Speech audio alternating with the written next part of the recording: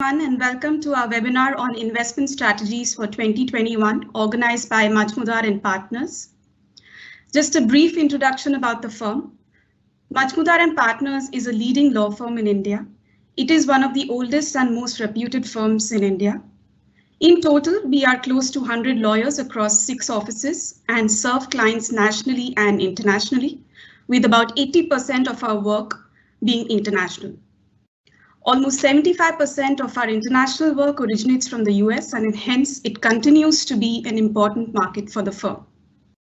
We are a full service law firm, and our core practice areas are corporate M&A, competition, private equity and venture capital, tax, banking and finance, dispute resolution, employment, projects and energy, and TMT. We are also one of the few Indian law firms to have an industry focus. It is a pleasure to host you all today. In our webinar, we will be discussing the key legal considerations for M&A transactions and deal making in India, with a specific focus on 2021.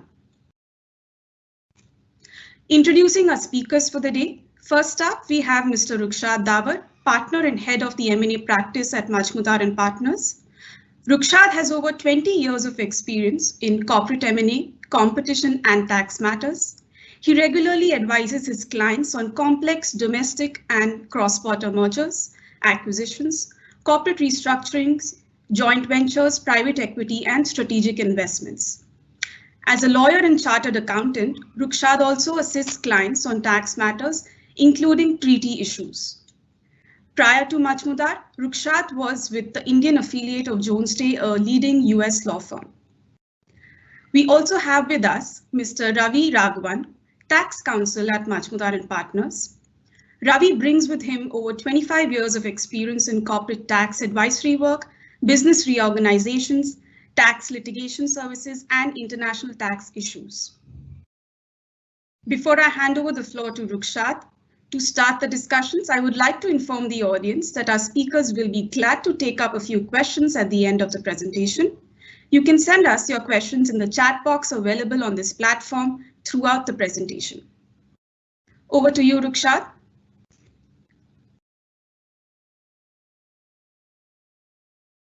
Thank you, Kritika. Thank you.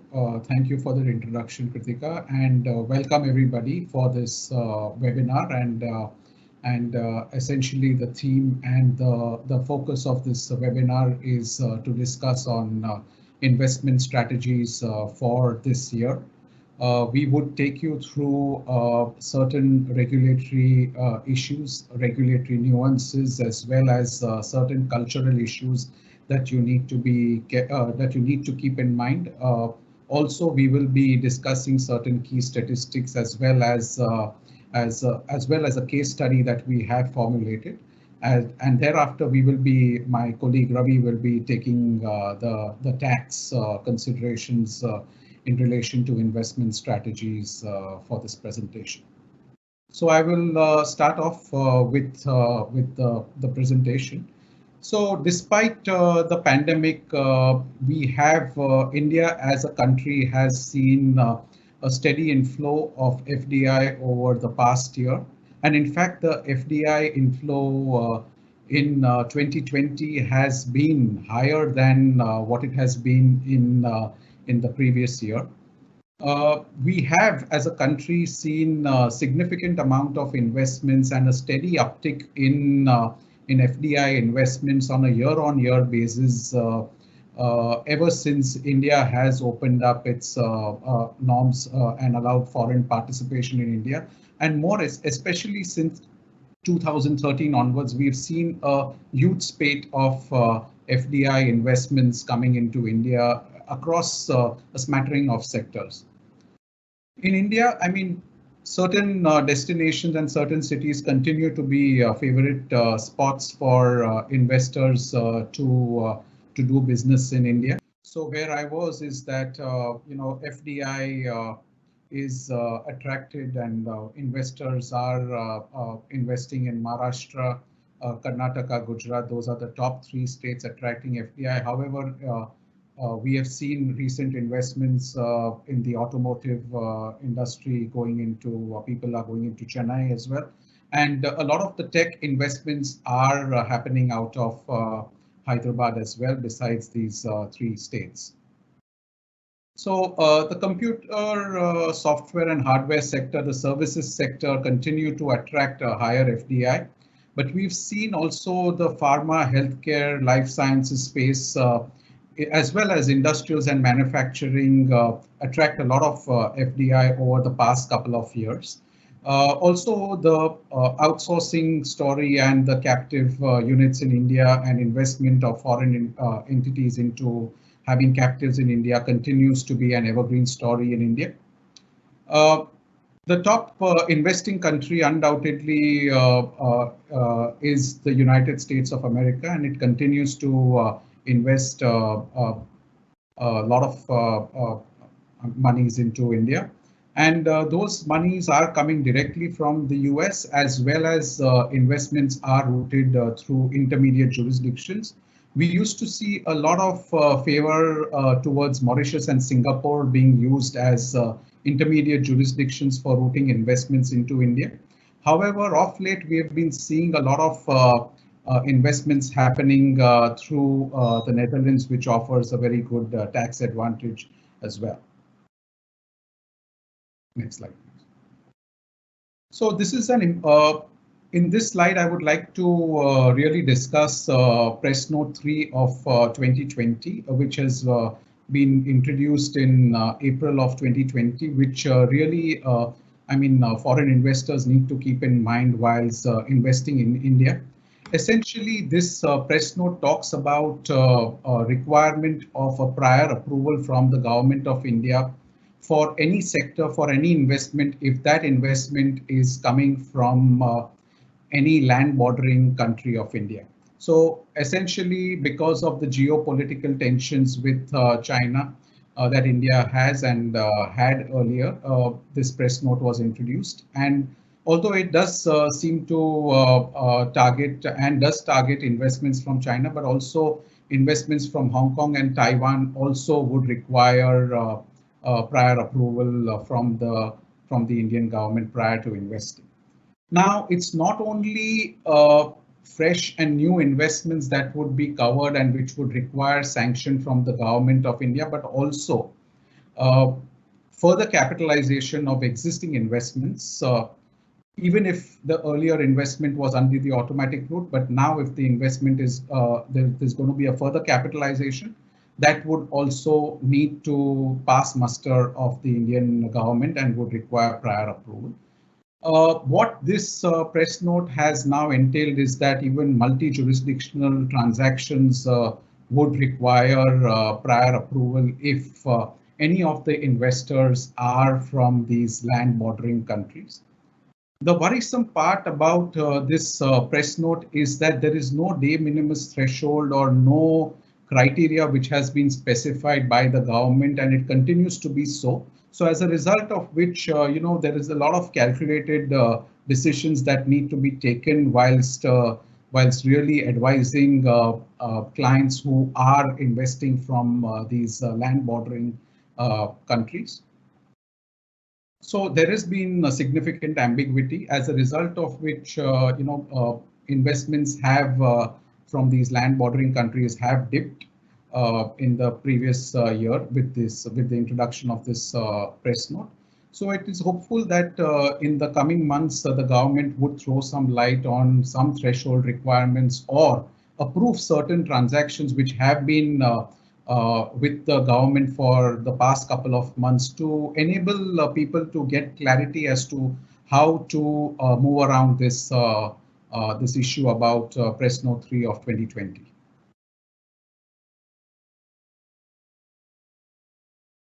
Also, it's important whilst investing in India is to understand certain cultural issues and certain nuances that you need to keep in mind whilst doing business in India and whilst negotiating with Indian counterparts. Of course, there are a lot of now businesses which are professionally run, professionally managed, but what we have seen and what our experience throws up is that often foreign investors find it difficult to navigate through family-owned businesses, and businesses which are traditional family-run businesses where there's a lot of hierarchy.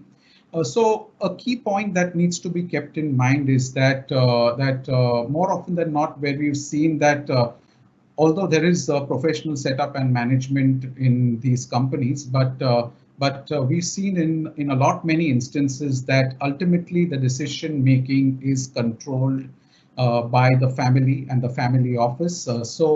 So in that case, I mean, when y'all are investing in India, when people are investing, when foreign investors are looking to invest in India, please make sure that all the decisions from time to time are vetted and are passed on by people whom you are interacting with within that organization, so that those are concurred by the top level management. Because more often than in certain instances, we've seen that the decision on various items which have been taken in course of negotiations are again are redundant because the family office and the family owners think otherwise. So in India, meetings tend to be more informal than what they are in the western part of the world. Timelines are pretty indicative. So when you, I mean, on a lighter note, when people say yes, we will get back to the document, we expect some delay on. You know, you cannot expect everything in a record-breaking turnaround time. So that's another thing that needs to be kept in mind. What we have seen is through due diligences that there is a significant degree of non-compliance or low compliance on corporate records and employment records, which needs to be really investigated in the course of due diligence, because of course these are all can be amended as conditions precedent or conditions subsequent as time permits, and those need to be rectified. When a foreign investor is keen to buy out the stake of the Indian partner, there are certain points that need to be kept in mind, that often the family-owned businesses would expect a premium. In addition, I mean, a higher price than the valuation. They would, in certain instances, what we have seen is that they also expect to have certain key managerial positions, and that would also help foreign investors to a large extent in terms of transitioning into the business. And another important point is that if at all it is known that there is a lack of interest or a lack of successor in the family office, that would be a key point to drive that buyout. Likewise, for exiting, Indian guys, the people who are wanting to buy out the stake would expect some sort of discount on the valuation. So so be prepared to take a little bit of a haircut on the ROI and the exit valuation. Also, what we have been advising is that that non-residents should preferably sell the stake to another non-resident in order to avoid some certain valuation requirements, and certain there are a little less of regulatory implications if you have a non-resident buyer as compared to a resident buyer in place. But that's not no hard fast rule, you know. I mean, of course, you can have transactions with residents as well, but this is another point that needs to be kept in mind.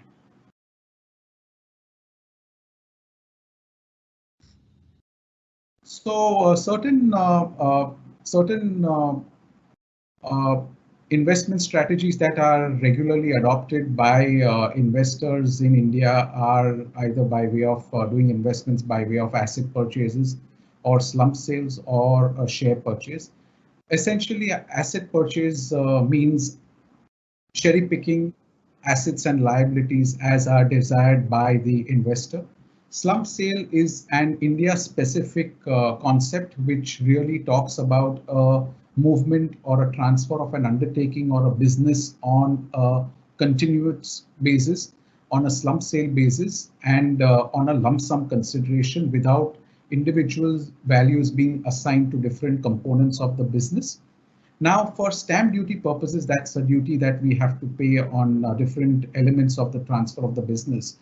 So for that purpose, the Indian tax law has allowed values to be assigned for individual assets proposed to be transferred through the slump sale. Now, in case of a share purchase, I mean, it's universally known that the entire entity would move consequent to the purchase of shares. Important point that needs to be borne in mind is the stamp duty implication for considering which mode and which investment strategy to adopt, whether to go in for an asset purchase or a slump sale or a share purchase transaction. So in case of an asset purchase, you are required to pay stamp duty on each and every element of the business and assets that are transferred. In a slump sale, on a business transfer, you do not, it would depend on the values attributed to each asset, and you would need to pay stamp duty. Share purchase agreement, you would need to pay stamp duty on the transfer of shares, which is very low. So people do take this mode into consideration for having the stamp duty benefit. Now, as far another consideration that needs to be kept in mind whilst really choosing the investment strategy is on the GST implication, that's the goods and service tax implication. So GST is attracted in case of an asset purchase. It's not applicable for a slump sale, that's a business transfer or a share purchase. Another important point is insulation of liability and liability moving on to the successor entity. In case of an asset purchase, you can definitely ring fence through documentation the liability. So predecessor risk and liabilities can be avoided to be moved on to the successor entity. Likewise, even in a slump sale through robust documentation, you can insulate all the misdoings and the wrongdoings of the predecessor entity and liability implications from moving on to the successor entity. And in case of a share purchase, of course, it's known that the entire entity moves. Besides, of course, carve-outs on indemnity, reps and warranties, you cannot really ring fence the predecessor liability from moving on to the successor entity.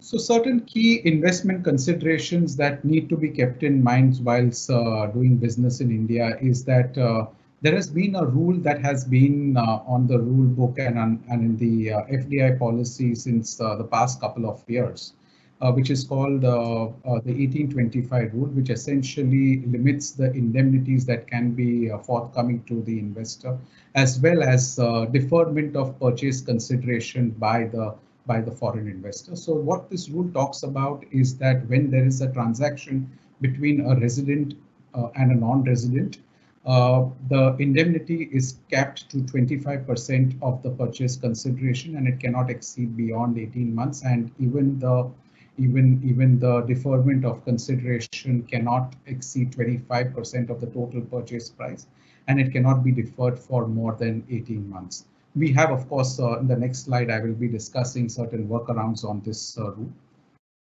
From a contract perspective, you need to bear in mind that non-solicit clauses are enforceable during the term of the contract and even post-termination.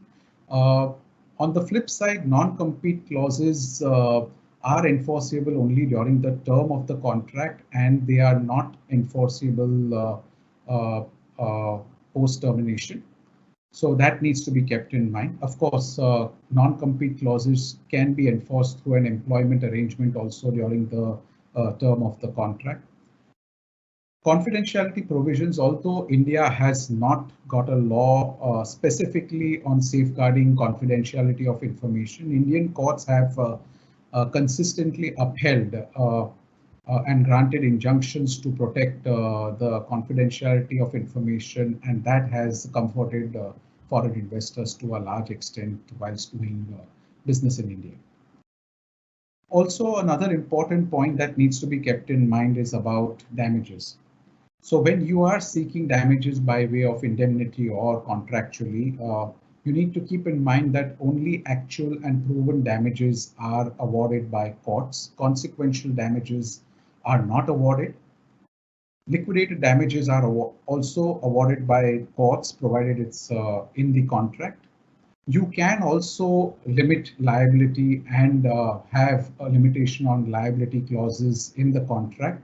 However, courts are not going to recognize limitation on liability and clauses to that effect if there has been a fundamental breach of contract or if there is something that opposes public policy. So a quick case study that we have really put up on this slide that will just throw up some few interesting points is that here we have set out that the foreign investor, assuming that they have a Indian subsidiary, which is an operating first level Indian subsidiary in India, they have 100% investment in the Indian subsidiary, and that Indian subsidiary has an 80% participation in the Indian joint venture entity. And the Indian joint venture partner has a 20% participation. Another nuance can be, another thing is where the foreign investor directly holds 80% from the host investing country and not through their Indian subsidiary, and assuming they don't have the Indian subsidiary. And the Indian joint venture partner would hold a 20% stake in the Indian joint venture company. Now, certain key points that you need to keep in mind is that a press note 3 analysis has to be done. You know, you need to often you need to consult the authorized dealer bank, because they are going to take certain declarations as in respect of beneficial ownership, whether those whether that ownership is controlled or held by investors from land bordering countries. So that needs to be kept in mind. The 1825 rule would apply if the foreign investor is directly investing from the host country into the joint venture company. However, this 1825 rule can be obviated and you can work around that, and thereby you can have no limits on indemnities in terms of the rule will not apply. So an entire 100% indemnity can be forthcoming, or you can defer the whatever consideration as commercially agreed, and escrow also whatever you need to have as commercially agreed between the parties if you route your investments through an Indian subsidiary. But the key is that that Indian subsidiary has to be an operating entity. Now, typically in the pharma sector that we have discussed out here, you will need to take prior approval of the Department of Pharmaceuticals if the investment is more than 74%. And likewise, you will need to see, if you are falling in other sectors, you will need to see if there are any caps on foreign investment, as well as certain sector conditionalities which are specified under the FEMA rules and under the FDI policy. Another important point is that the JV agreement needs to be comprehensive and robust so that you mitigate to a large extent any disputes and any issues later on that arises if there is some animosity with the Indian joint venture partner, and if you are getting into a dispute with the Indian joint venture partner. Exit options should be clearly specified.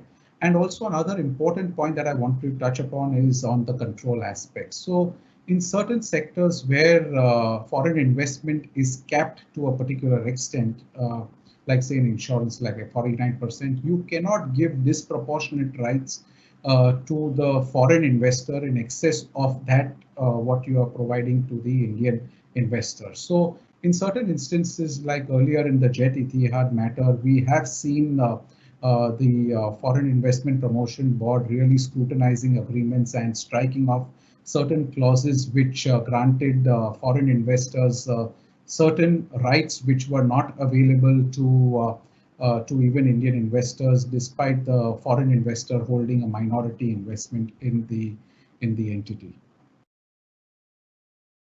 So with that, I would hand it over to Ravi for the tax considerations in relation to investment into India.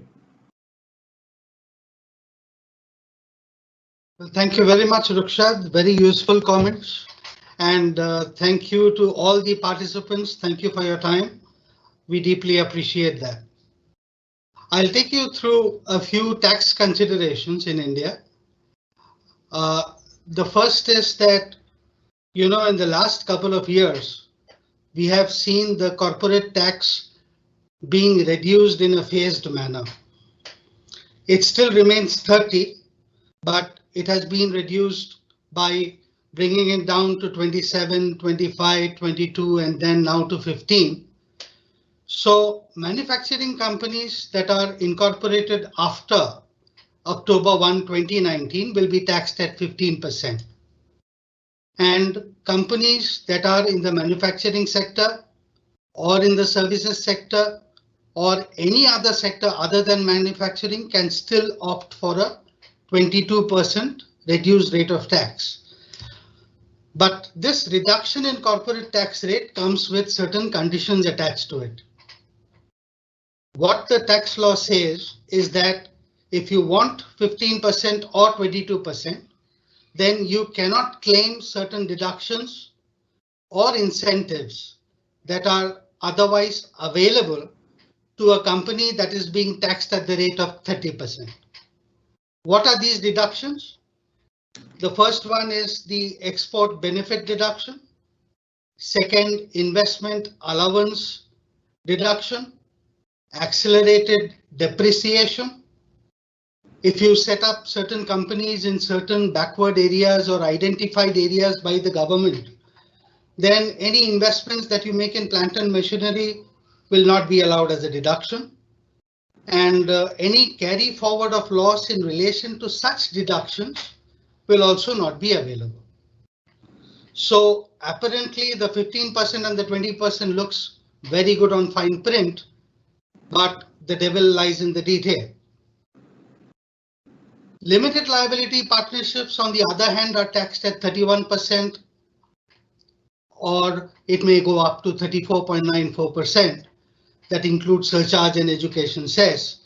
So the question that comes, to the minds of the investor, that what do I set up in India? Do I set up a private company or do I set up a limited liability partnership? One would say that looking at the tax rates, the company option seems to be extremely workable, but to be honest with you, it is not. You know why? We have to look at dividend taxation for a few seconds. Prior to April 1, 2020, Indian companies that were distributing dividends to its shareholders, they used to deduct tax at the rate of 20.3%. That deduction was not considered to be an income in the hands of the shareholders. So a tax credit could not be obtained by the shareholders in the home country.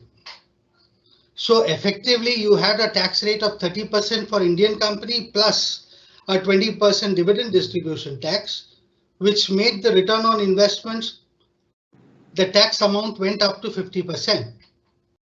Whereas in the case of a limited liability partnership, there was no dividend distribution tax, and therefore the LLP structure was considered to be optimal. But now with this change, dividend distribution tax will no more apply. That is, the Indian company will not deduct, but the dividends, when they are distributed to the shareholders will pay income tax on the dividends.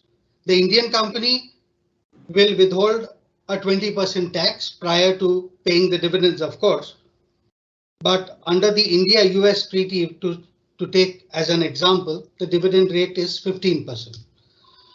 So the key difference in establishing an Indian company or an LLP, you have to consider two important factors.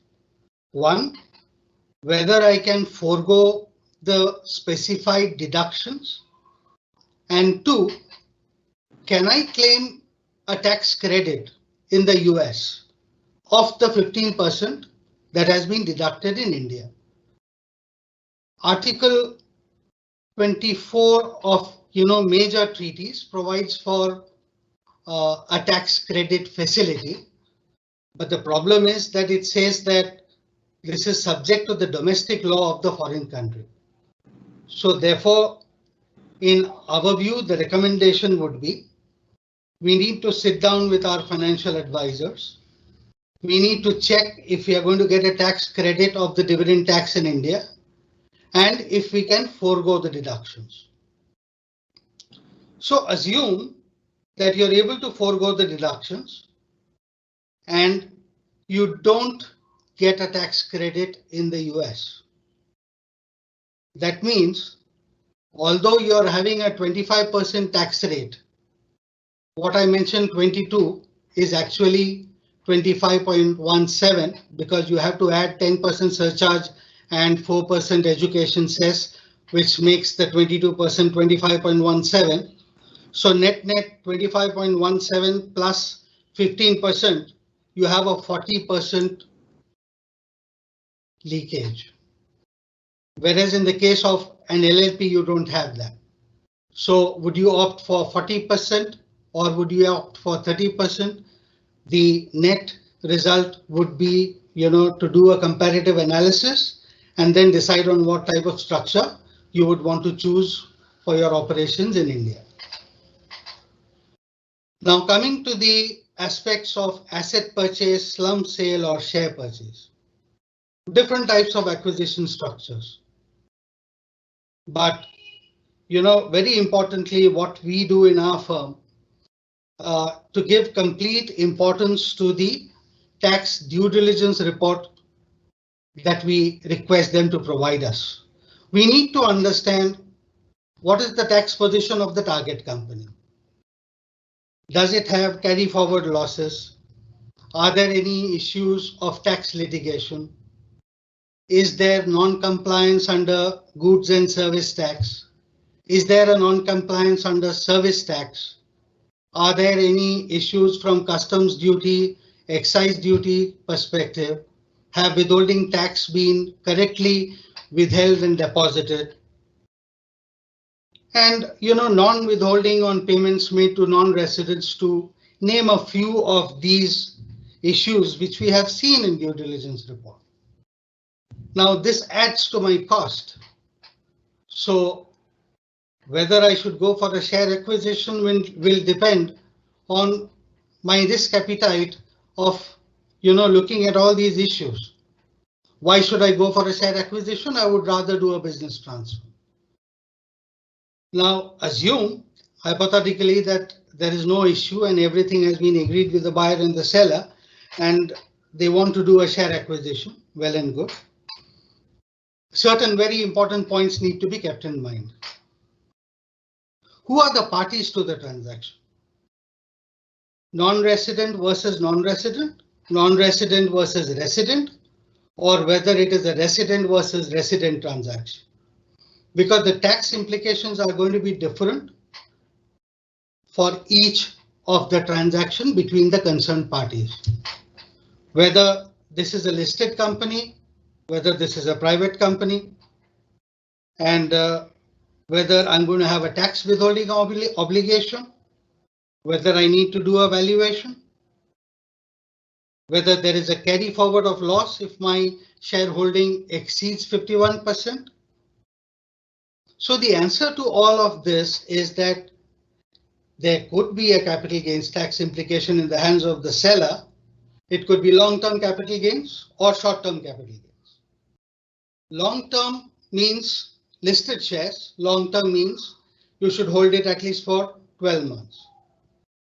Unlisted shares, short-term, you should hold it at least for 24 months.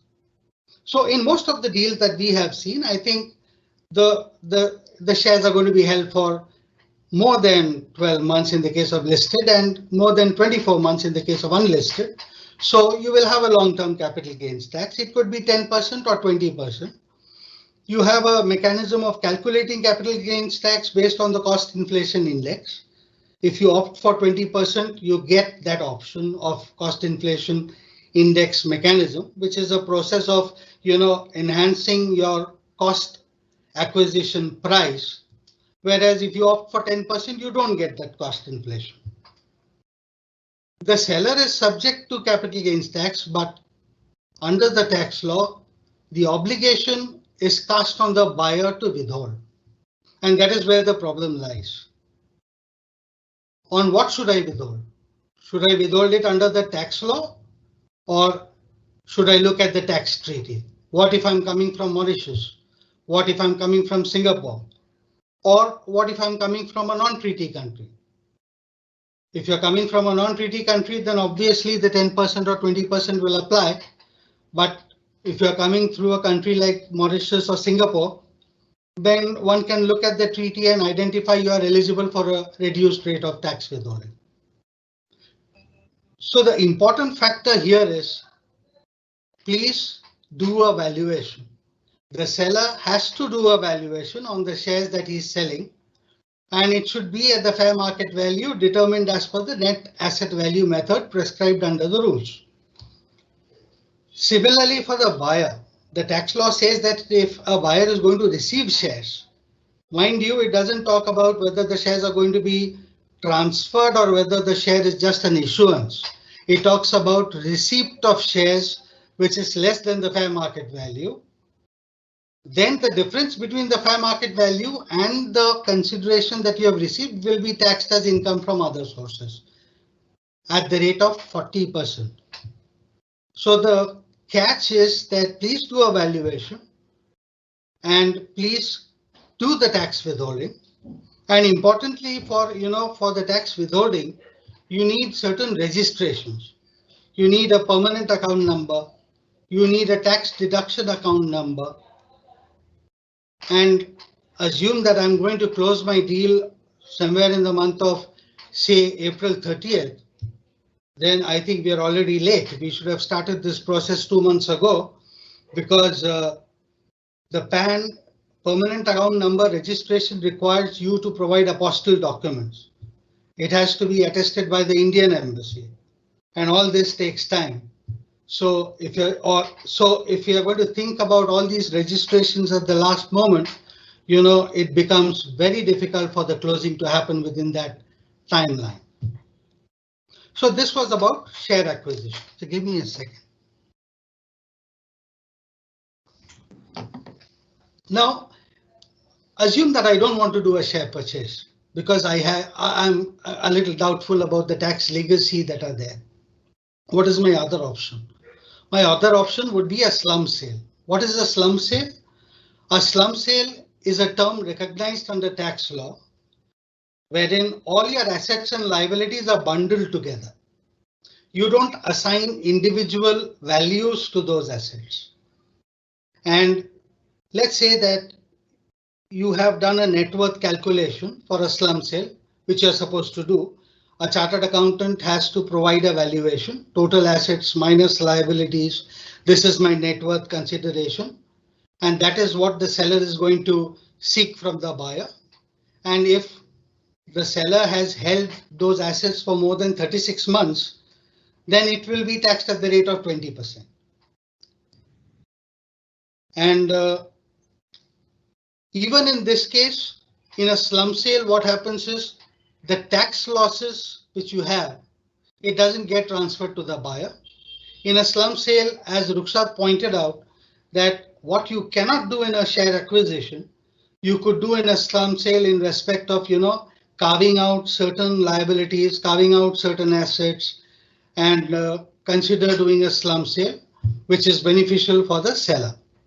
But here also, we would recommend that the foreign party or investor should set up either a private limited company or an LLP, and the transfer of assets and liabilities and employees should be done to that Indian subsidiary.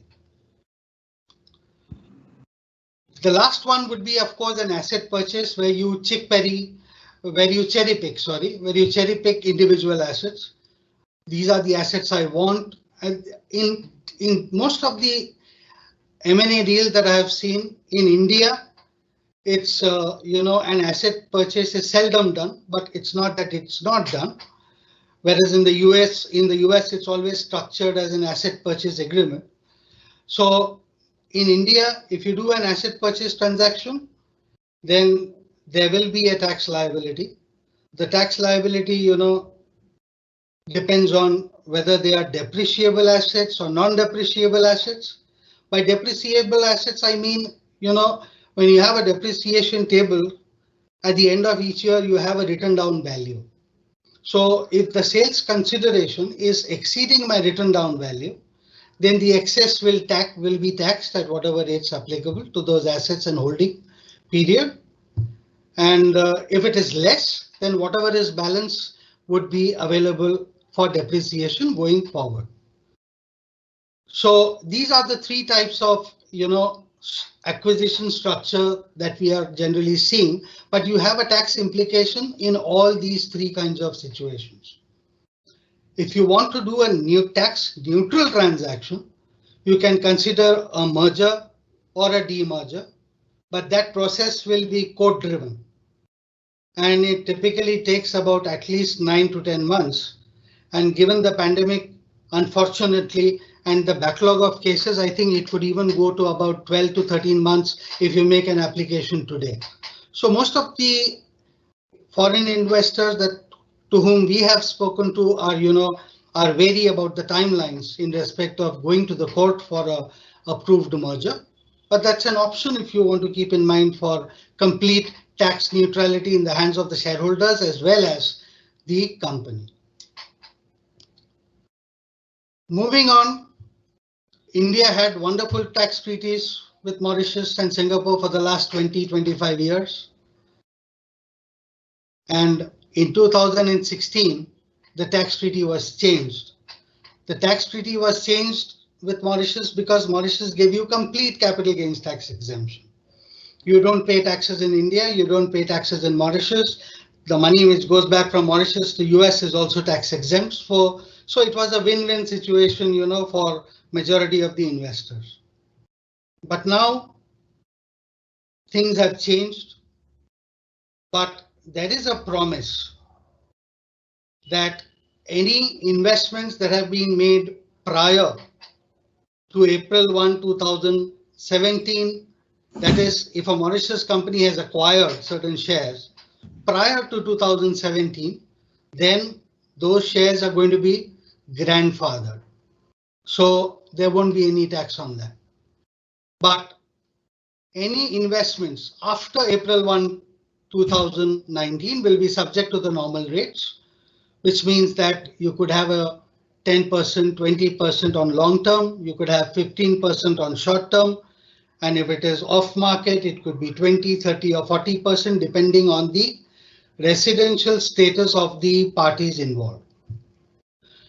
So to be honest with you, ever since the BEPS project kicked in, ever since we have the OECD and the G20 countries talking about, tax collection, structuring options, intermediary locations, identifying tax-friendly jurisdictions have been a big issue.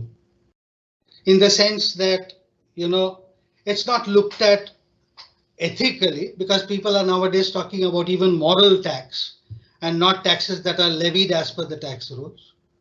So the options are very limited. You have the general anti-avoidance rules.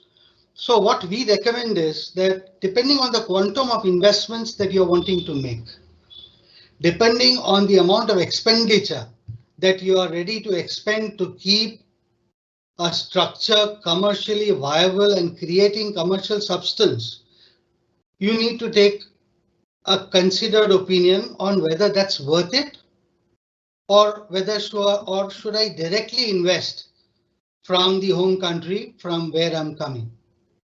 For example, if you are having an operating company already in the Netherlands, already in say Malta or Ireland or France, if you are a private equity fund, it makes sense. You could consider these structure. You could consider incorporating a company, or if you have an operating company already existing, well and good, because it provides capital gains tax exemption on when you exit the Indian company. Lastly, but just one more point on the tax treaty. Notwithstanding the changes that have been made to the Mauritius structure, in case you are investing in debt instruments, convertible bonds, preference shares, or other type of securities that are not shares per se, Mauritius offers you still 7.5% tax withholding rate. So we can still keep that in mind. Lastly, indirect transfers ever since 2012 have been a pinching point. Vodafone is in the news, Kane Energy is in the news.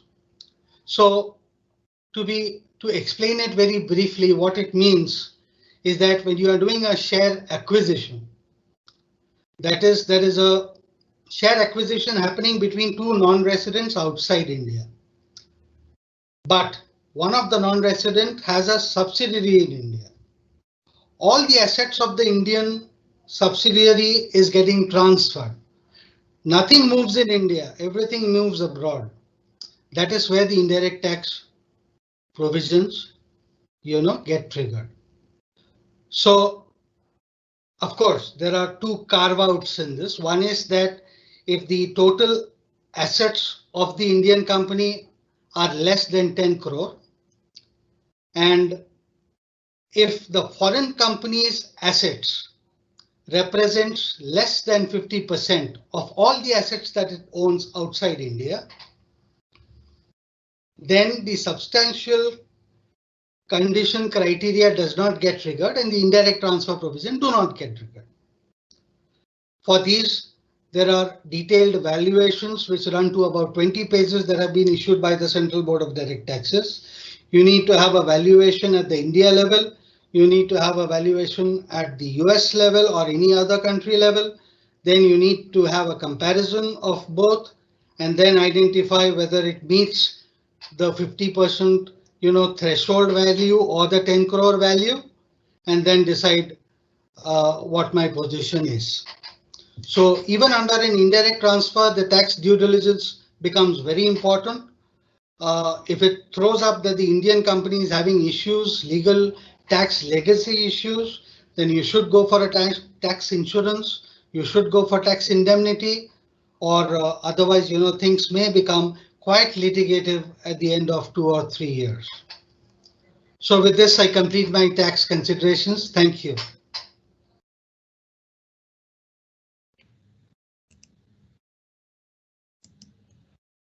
Thanks, Rukshad and Ravi, for your helpful insights on investments into India. Moving on, we have received a few questions from our audience, which I would request you to answer. Rukshad, you spoke about the widely discussed Press Note 3. Has the introduction of this press note impacted FDI inflows in the last year? And also, have any FDI proposals seeking approval under Press Note 3 been cleared by the Indian government as yet? Sure. So the Indian government has not cleared any proposals in respect of Press Note 3 of 2020.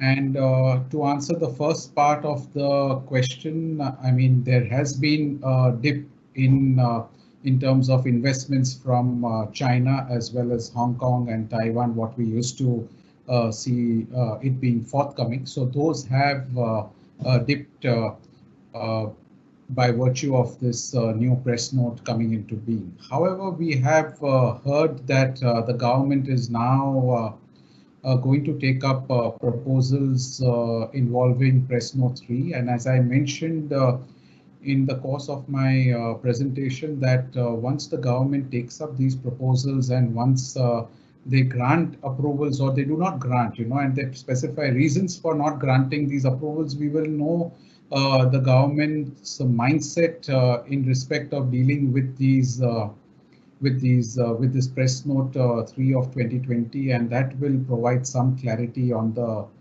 way forward if the government does not clarify in letter and print of the law as to what would be the beneficial ownership norms and the trigger requirements for applying under this Press Note for approval. Sure. Thanks, Rukshad. You also touched upon different transaction structures that are typically adopted for M&A transactions in India. Now, from a timing and cost standpoint, which transaction structure is more efficient Is it an asset purchase, share purchase, or a slump sale? So I would say that from a timing and a cost perspective, the share purchase would be from a timing and a cost perspective, that share purchase would work best. From a timing and a cost perspective, an asset purchase or a slump sale will not work. I mean, given the fact that there will be novation of contracts, assignment of leases, and all of the sorts. When you are going in for a slump sale or an asset transfer, and also there will be a lot of cost implications in respect of what I mentioned was GST as well as stamp duty.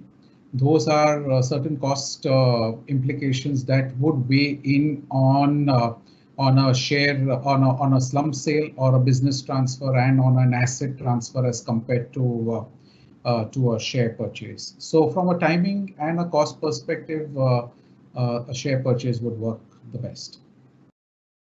Sure. On a related note, Ravi mentioned that mergers and demergers are a tax efficient option for undertaking M&A transactions. Do you feel that from a corporate law standpoint, these modes are a good option for undertaking third-party M&A transactions? Sure. So I think given the timelines involved and the court process and the NCLT process that would run for a demerger or a merger, because these are all governed by and administered by the National Company Law Tribunal. So from that perspective, I think it will not work. I mean, the best way would be to either do a share purchase or a slump sale, business transfer, or an asset buyout, as compared to a merger or a demerger. From a tax neutrality standpoint, and only if that is the consideration, then it makes sense to wait for this approval and to go down the merger or a demerger route.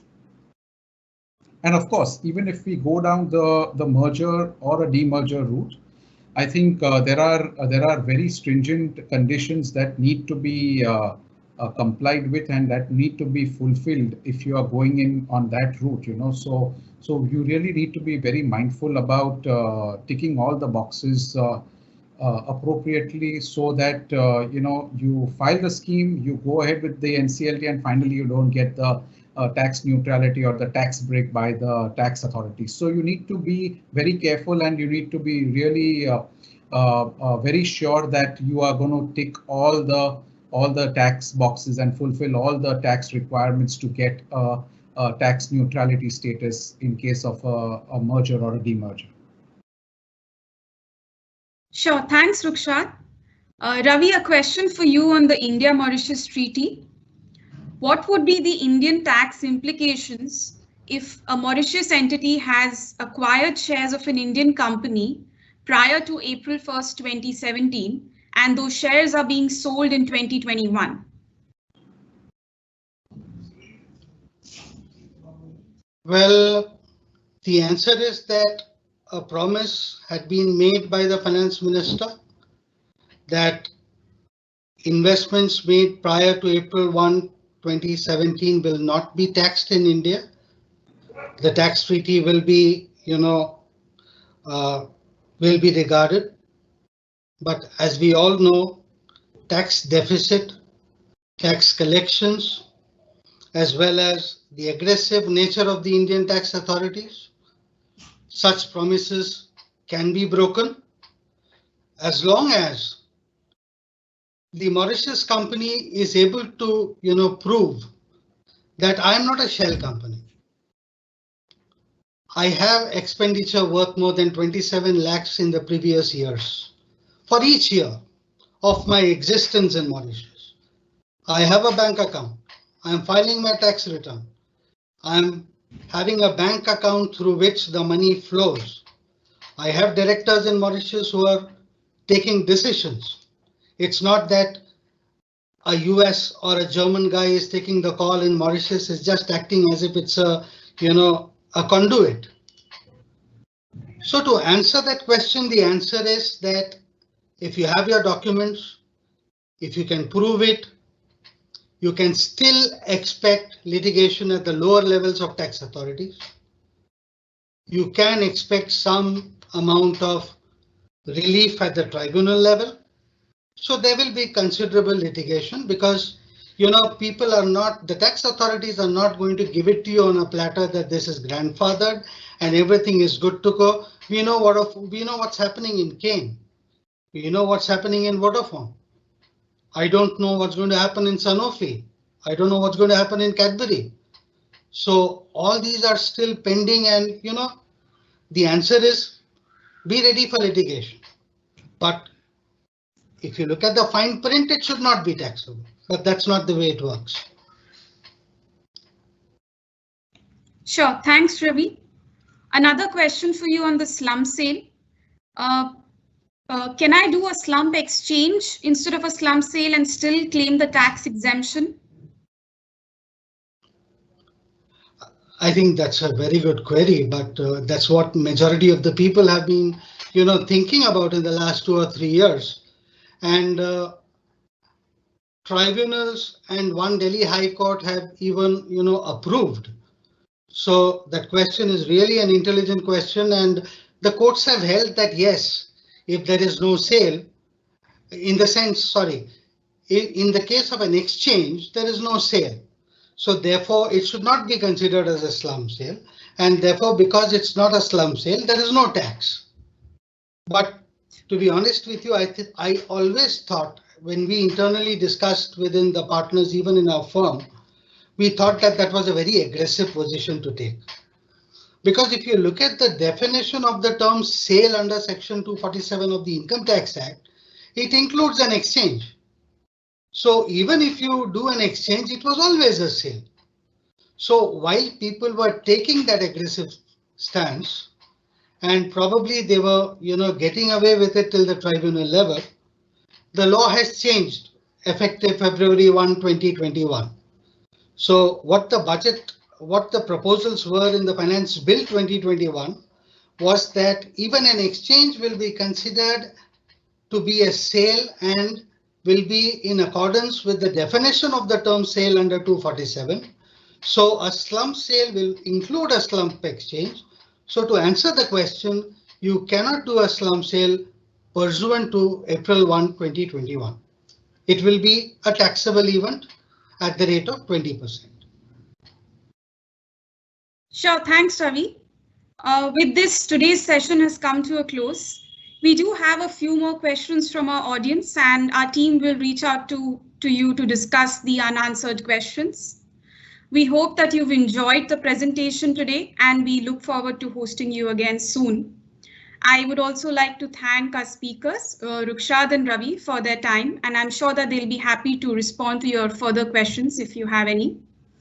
For updates on our future events, please do follow our social media handles on LinkedIn, Facebook, Twitter, and Instagram, or visit our website, the links to which are available in the chat box. Thank you and have a good rest of the day.